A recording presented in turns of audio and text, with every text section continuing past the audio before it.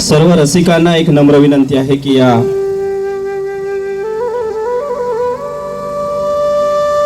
बाराव्या शतकात एक लोकोत्तर चरित्र जन्माला आले. संत सेना महाराज म्हणतात, विष्णूचा अवतार सखा माझा ज्ञानेश्वर. संत ज्ञानेश्वर म्हणजे प्रत्यक्ष विष्णूंचा अवतार. ज्ञानेश्वर म्हणजे योगियांचा योगी. पण हा योग मार्ग सोपा नाही. देहधारी मनुष्याने अव्यक्ताची उपासना करणे अत्यंत दुष्कर आहे. म्हणून सुलभ सोप्या भक्ती मार्गाचाच ज्ञानदेवांनी पुरस्कार केला. योग याग तंत्र मंत्र कर्मकांड आणि अंधश्रद्धेच्या खोल चिखलात गुंतून बसलेल्या स्थितिशील समाजाला गतिशील करण्याचा एकदा सुरेख योगायोग जुळून आला. महायोगी चांगदेवांच्या भेटीचा योग. 1400 वर्षे योग सामर्थ्याने मृत्यूला सुद्धा थोपवून धरलेल्या चांगदेव वटेश्वरांसमोर शिष्यांकडून बातमी आली. कोणी ज्ञानेश्वर नावाचं पोरग लोकांना अध्यात्मावर प्रवचन देत आहे.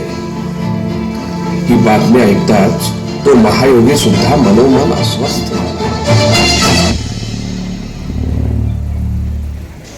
चांगदेवांनी ज्ञानदेवांची प्रत्यक्ष भेट घेण्याचा संकल्प केला आणि चांगदेवांची भव्य मिरवणूक ज्ञानेश्वरांना भेटण्यासाठी निघाली.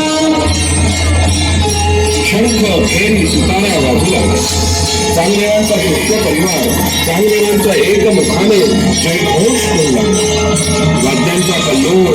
त्यात प्रत्यक्ष चांगदेव एका क्रूर वाघावर बसून मोठ्या नागाचा चाबूक घेऊन भेटीला निघाले. आता ही बातमी सुद्धा ज्ञानेश्वरांपर्यंत पोहोचली. वेळ सकाळचा प्रहर आहे. ही चारही भावंडे कोवळे ऊन खात पडक्या भिंतीवर बसली आहेत. प्रत्यक्ष चांगदेव योगी आपल्याला भेटायला येतो म्हटल्यावर एवढ्या महान तपस्व्याला सामोरं कसं जायचं असा प्रश्न लहानग्या मुक्तीला पडला. तेव्हा ज्ञानदेव म्हणाले, जिच्या आधाराने आम्ही बसलो ती भिंत मायच आम्हाला घेऊन जाईल. आणि ज्ञानदेवांनी बसलेल्या त्या भिंतीवरच आत्यंतिक प्रेमाने आपला तळहात टेकवला. भिंत सावकाश पुढे सरकू लागली.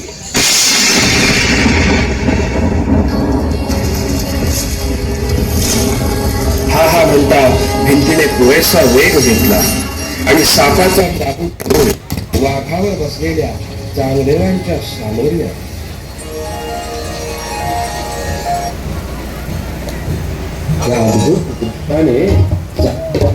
डोळेच पांढरे पडले. आजूबाजूची जनता या चमत्काराने बेमूड झाली.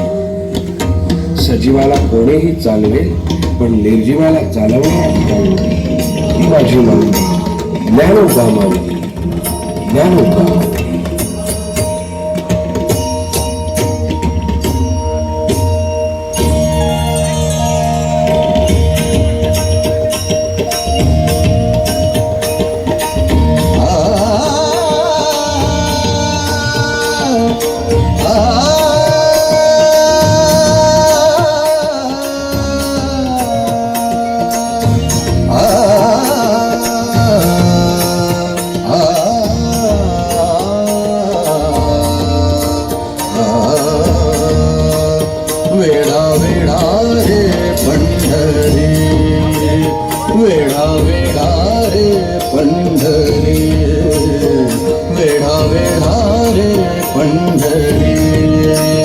मोर्चेला